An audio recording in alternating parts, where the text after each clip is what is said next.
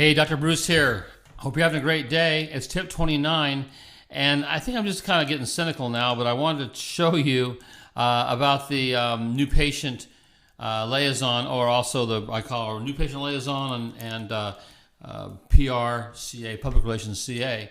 I talked about how many things they can do, and I just thought I'd bring another list in. So we talked about the list last time. Now, these are things we did in our office. We did Habitat for Humanity, which was the volunteer to help build houses for people who are homeless. We got involved with the Chamber of Commerce. Don't get away from the Chamber of Commerce. I found that to be very, very effective. A lot of people high-end owners of businesses tend to be involved with that. It's a great networking thing, and once a month we always have things to go to. So they would go to that, meet people. You have your community church. If you're involved in church, you can get your message through the churches that way, and as well they can too. A lot of times we will volunteer to do talks on health in the church, and in fact, I knew this one doctor who started doing it through their entire religion, their whole community. They go around to all kinds of churches, because their church, embraced a more natural lifestyle, and they were doing talks almost on a weekly basis to different churches in the same denomination. So it's a great way to get to be known. Now, don't join a church because you can get new patients. It becomes very transparent. Join the church and openly share your information, and it comes across with a whole different point of view. Get known in your community. A lot of times, people have talked about, joining these different clubs, and they would join them, and then they would come up to a few meetings and they'd quit. And I'd ask them, why'd you quit? They go, well, I didn't get any new patients. And I go, well, did you buy any of their services? They go, well, no. Well, why should they buy yours? Yeah, you have to get in touch with reality. If you join a service organization, go there and serve. Always be early, always volunteer, always participate. What begins happening is people start seeing you as a giver. They start asking, who's that guy? Always shows up, always here, always helping, never asks for anything. That's the benefit of networking. You don't have to go. You go out and push your business, you repel the business. You go out and serve others, you attract others. So learn how to be part of those networks, and they're awesome. Get involved with your schools with Career Day and Science Day, and you can take surveys, and you can go to health food stores and pass out your newsletters.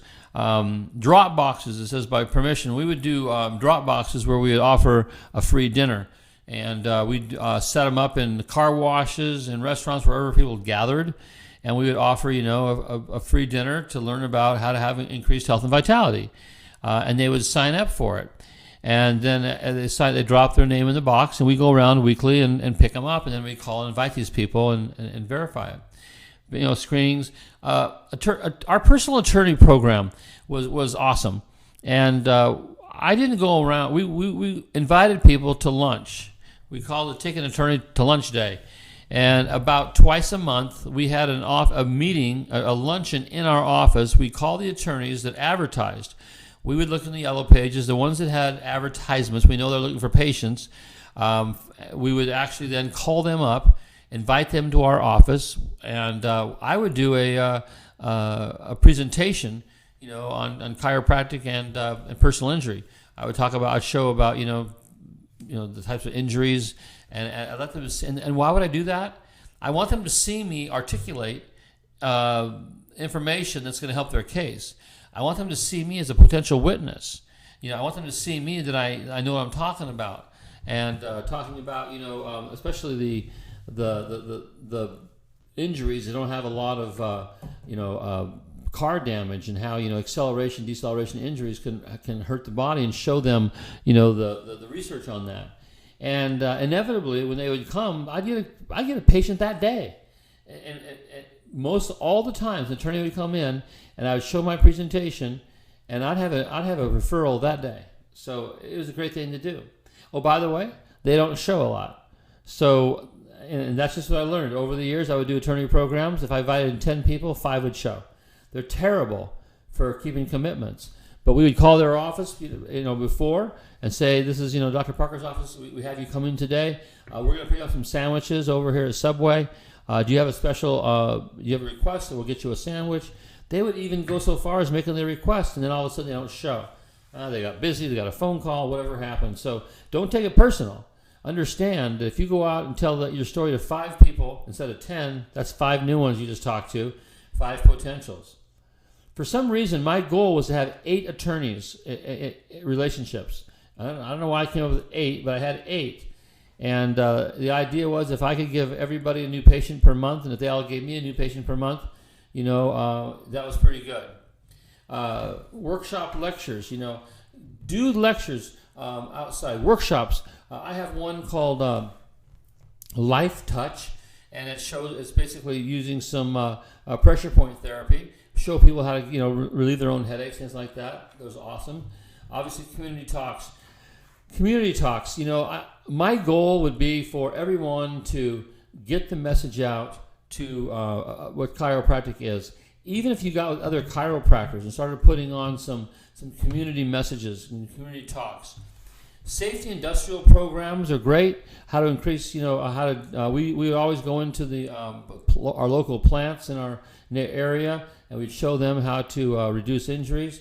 We showed people that were white-collar people how to stay fit while they sit, because they're sitting all day, and we'd even go in there and show them how to rearrange their computers and their screens to be better. Health fairs are put on by these big corporations. So these big corporations, they have 50,000 employees sometimes, and they'll have a health fair, and all the local people will come in and bring their things, and so we'd be there, which is pretty cool. And you're the only chiropractor there when you're doing those things. So when you go to these corporations, ask them if they're doing some health fairs, get involved. And of course, here's Life Touch program down here. I didn't see it. But that's, again, that was a great program because it was more educational. We showed them how to get better, and inevitably they would still want to become a patient anyway. The home health posture evaluation, this little program, this is a bad picture, by the way, but it's hard to, I tried to reproduce this on a PowerPoint, didn't do a very good job, but just to remind myself of this. This was something we did routinely for probably since as long as I practiced. And we would get a new patient, and we would do this on them and show them their findings. Then we'd show them how to do it, and they go home and do it on their own family.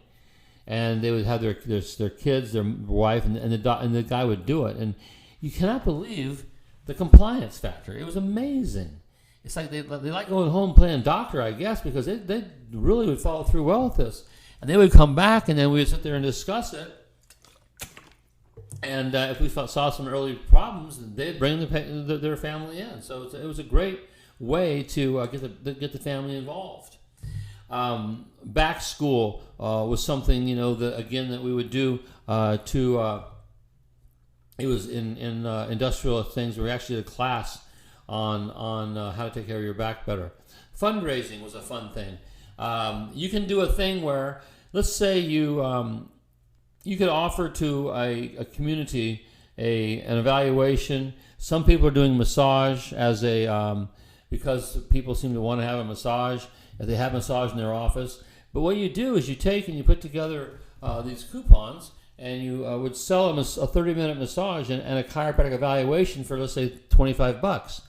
Well, you take it to the schools, and you get the clubs, gymnastics clubs, Girl Scouts, things like that, to go out and sell them. Instead of going and selling chocolate, to raise money, they might end up raising $300. If they go out and set up 100 appointments for a massage, we'd give them half the money. So if they go out there and sold 100 people to come in for a free massage for $30, they get 100 times $15, which is $1,500. And very few schools ever get that type of fundraising. So that was a great thing. Signs and banners, we always have something going on outside our office. We have some, different things to keep the place festive. And so if your office always looks the same driving by, it becomes just part of the landscape. But if you've got a backpack week or different things, put a banner out in front, and celebrating, posture weekend, celebrating, back to school, celebrating, spring, fling, or whatever you want to do, and throw some banners out there. The dinner talk, again, is something that I think is so important, where we invite people. See, a lot of times I've talked about new patients being suspects, not prospects. Well, if people are suspicious and you run some ads, to come see a chiropractor, a low amount of people actually show up. What I found was the dinner talk was an opportunity to come in and get all your questions asked and answered. And then we'd also have a little banquet there. And realize this, dinner banquets is not a chiropractic thing. Chiropractors have copied the financial world. They're huge in the financial world. They're huge, especially for senior citizens. The financial world comes in there, invites people to come to lunch. They always give a little gift for coming, and they talk about annuities and ways to put their money in their retirement years and all those things. That's one thing. So dinner banquets are not new, and they've just been copied. But we found that people are always hungry, and a person who's maybe doesn't want to be too exposed can come in, sit in the back, keep their head down and not be too involved, and they can get their information fed. But what happens is they've signed their name in, and then we can start marketing them. Scoliosis programs, are great. I do these in the schools, though. I've tried doing them other places. To me, they only work in the schools. Press releases, newspapers, articles, and blogs. You've heard of social media by now, Facebook and LinkedIn and all those things. The internet is here to stay. And so when you're doing, you can do press releases on your office all the time in the newspaper. If you do something newsworthy, if you're giving away, let's say you're raising money at Thanksgiving for homeless shelters, do a press release, and you can also do press releases on the computer, online. They have an online press release program, and we have it right now set up where we can sit there and send that press release out to like 50 different distribution points. You get thousands and thousands and thousands of views. Newspapers, they'll do what's called a public service announcement when you're doing something for the community. So let's say sometimes we do a thing where we would do a food drive in conjunction with the Red Cross. And then the Red Cross, would we give the food to the Red Cross, and they do what they do with it, or other things, blood pressure, screenings with the Red Cross, and they would then market that because they're the Red Cross. So even though it's kind of medical, it's actually the public sees us in the light of being part of the community instead of being kind of like the outcast of the community by doing things like that. And then of course blogs on your website. You've got to be doing that stuff. You've got to be posting a blog or two a week on your Facebook. You put it on your computer and announce it on your Facebook, and then it starts going viral. As many blogs as you can, a couple times a week. For those of you that want to do that stuff but you don't want to do it, I recommend a company called Biz Marketing Machines. It's our company, by the way, to be full disclosure, but bizmarketingmachines.com. And we do all these services for you. It's very inexpensive, very effective, and you don't have to do a thing. We do your websites, your social media marketing, your newsletters, all those things at a very, very reasonable fee. I was successful in the radio, but mostly the cable talk shows area. TV for me, in Southern California, the TV program, I called it the Homeless Referral Network. For some reason, the Homeless Jobless Referral Network, because of whatever attracted people, for some reason, the people off the TV, I got thousands of them, but they just were the wrong patient. I was sending the wrong message or whatever, but when I got the best results was radio talk shows, conservative radio talk show, and that's where we got our best clientele. We were getting 450 to 500 phone calls a month off of our cable talk show thing. So don't be afraid of using those. Small communities, even better. I'm in a big community. It's very expensive in Southern California. So a lot of people that are dentists and opticians and LASIK guys, they have $1 million budget on those cable shows. So it's expensive, but not for everybody. But if you're in a smaller town, definitely look into it. You can be involved with athletic teams. I've got clients that are the physician for their local college. The best way to do is get in there and just meet the coach. And the thing is, and I'll say this in due respect, a lot of times we get upset when when someone kind of gets in our way. So if all of a sudden a physical therapist is telling their patients they don't need to see a chiropractor, just come and they can adjust them now. They can go ahead and adjust them. It kind of makes us upset, right? Well, imagine then you go onto an athletic team and you tell the people that you don't need an athletic trainer. You can tape as well. They get pissed off. So we found the best thing to do if you get involved with athletic teams is be a specialist, be a chiropractor. And you don't have to be doing all the other stuff that therapists do because you're taking away their jobs and they get mad at you. And that's half the problem in these situations is we try to step on their toes. We get mad when they step on our toes, but we're stuck on their toes all the time.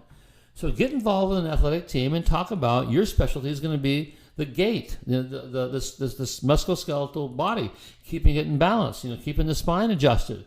If they have need to be taped, let the athletic trainer do it. Don't worry about that stuff. The child growth charts, we pass these out, to all of our patients, and also at the schools. And be involved in your local chiropractic organization. The apathy in chiropractic is really horrendous, and that's really one of my purposes for even doing this program. I really want to see us get more excited about what we do. But if you look in California, there's something like 10,000 doctors licensed in California. Less than 2,000 doctors are involved with the state associations. And I know sometimes that they're not the most fun thing to be involved with, but you know what? If you don't like it, go in there and change it. Get involved. But at least, get positive networking. Get to know the doctors in your community. Hang out. Go have lunch. Don't sit there and be like the Hatfields and the McCoys and shooting each other, trying to get new patients against each other. Join up. One of my good friends referred me patients because I did a service he didn't do. And he saw the results, and he'd send me patients, and I would do this one service, decompression as an example, and then I'd send them back to him for their follow-up care. We not only, because of that, we became great friends. We ride motorcycles together now, and it's good to have a chiropractor only a few blocks away from you that you're friends with. It's good for PR. People would see us out, having dinner at places, and there's a couple of chiropractors that are hanging out with one another instead of shooting at each other like so many do. So get involved. Love thy chiropractor. Hang out with thy chiropractor. And, of course, attend Total Practice Blueprint seminars for follow-up stuff. Just to name a few of the hot topics is what we just did. In the meanwhile, I will see you on the next video.